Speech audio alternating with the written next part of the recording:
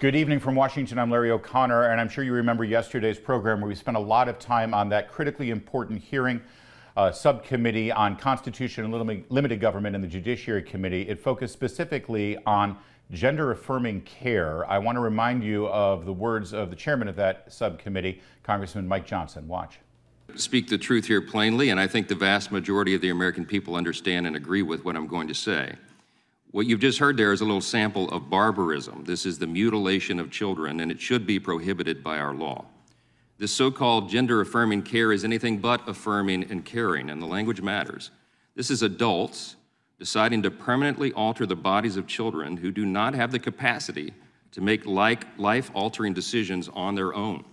And here's some more plain truth that everybody acknowledged until about 15 minutes ago. It's been plainly observed and fully respected by every culture for all of recorded history. Sex isn't something you are assigned at birth.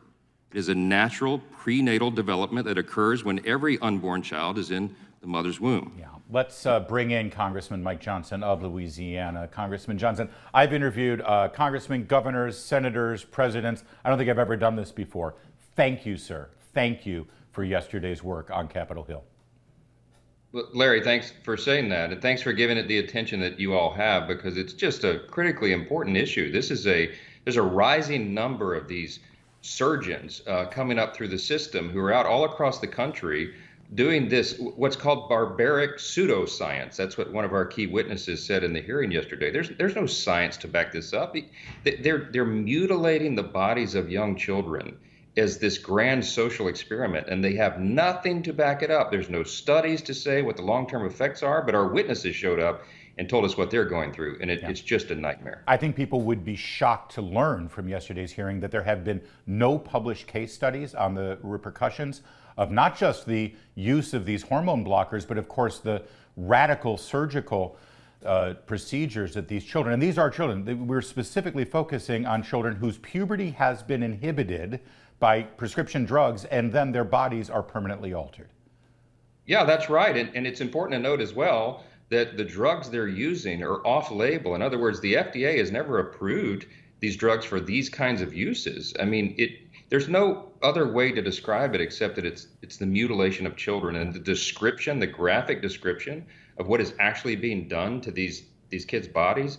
It is hard to observe, hard to listen to. I played a little clip at the opening of the hearing just to give people a sample. I wanted them to hear it in the words of one of these butcher surgeons, not me, not a member of Congress. They openly admit to what they're doing, and it is sick stuff. All right, Congressman, so some of the pushback on what you did yesterday on the Hill goes like this. You know, you ironically chair the subcommittee on limited government. You may not like this, but what is the role of the federal government in this? Yeah, it's a great question, and I answered it directly. Look, I'm a limited government conservative, so we believe, of course, and I used to defend in federal court for 20 years before I got to Congress, the rights of parents. You have a fundamental natural right of childbearing and child raising. We recognize that in the American legal system. You get to direct the care and control and custody of your own child. However, there's a limit. We don't allow, and it's not lawful in our system, the abuse of a minor, of a child. Even if you are a super liberated parent, you don't get to not apply the seatbelt laws. You don't get to have your kid not follow the laws regarding tobacco and alcohol, name any number of things. So here there is a line to be drawn when you are mutilating young children who have no ability to consent to what is being done to their bodies, this irreparable harm that's being caused. There is a proper role for the government to play to say, no, there's a line over which you cannot cross. Now, we're delicately trying to discern where that line is drawn and how, but I think every American of common sense recognizes this is something that must be done. As you figure out where that line must be and what the role is in the federal government in protecting children, how helpful is it to know that our friends over in Great Britain and the United Kingdom and in Scandinavia, the left is always saying, oh, we should be more like progressive Scandinavia and Western Europe. Well, they have drawn this line. They do not allow these procedures anymore for minors.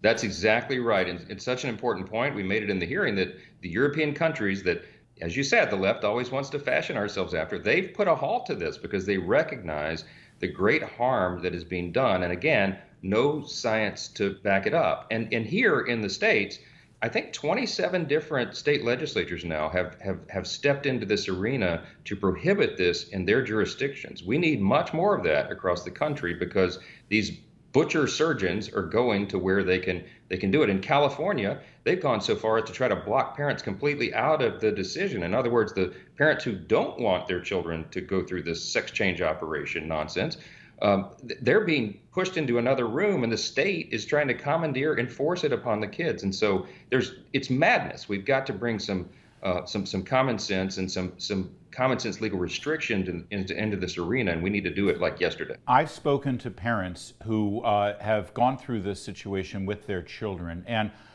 with almost complete unanimity, the medical advice they get, the psychological advice they get, and the advice from professional educators who are basically government employees in our government-funded schools, they all tell them the same thing. If you do not affirm, if you do not move through this process of gender transition, your child will commit suicide. It is horribly, horribly manipulative of these parents, and these parents don't know what to do. I know this was a big part of the conversation yesterday. How should we be approaching this? What can we do to help parents know that there are alternatives? Yeah, that's a great point, Larry. We need more public awareness of this. You have to follow the money, as in everything else, and know that the people who are pushing these transition surgeries, they call them, have a financial interest in doing so. You know, Big Pharma's not really raising much objection to the off-label use of these drugs because, you know what, they make a lot of money on it. It's sad, it's depraved, but that's what's going on. And so your heart goes out to these parents. One of our star witnesses yesterday was Chloe Cole, who turned 19 on her birthday and came to testify to us.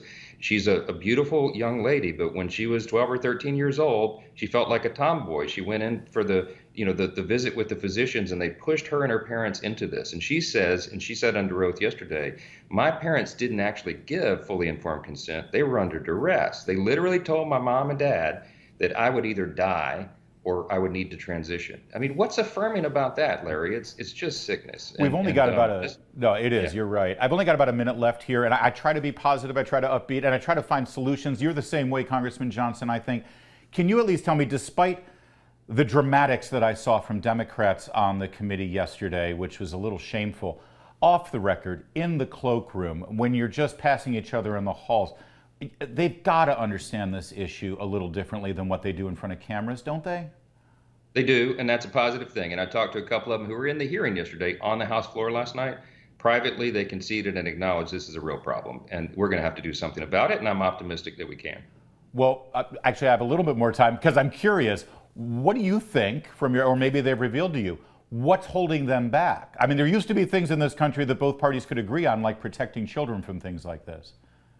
Well, there's a big, powerful lobby that is, this sexual liberation movement, and they have a strong voice. There's a lot of money involved in this, and, I hate to be cynical on that point, but some of our Democrat colleagues they feel like they have to toe the party line on this, and the party is, as officially and as a platform position, they're pretty far to the left, as you know. That's the hurdle. If it's cynical for people to believe that money might be driving political decisions in Washington, I think we're all pretty cynical by now, Congressman Johnson.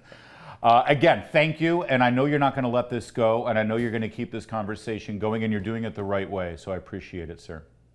Thank you, my friend. Appreciate it. There's more to come tonight on O'Connor Tonight. Keep it right here. You're watching the Salem News Channel.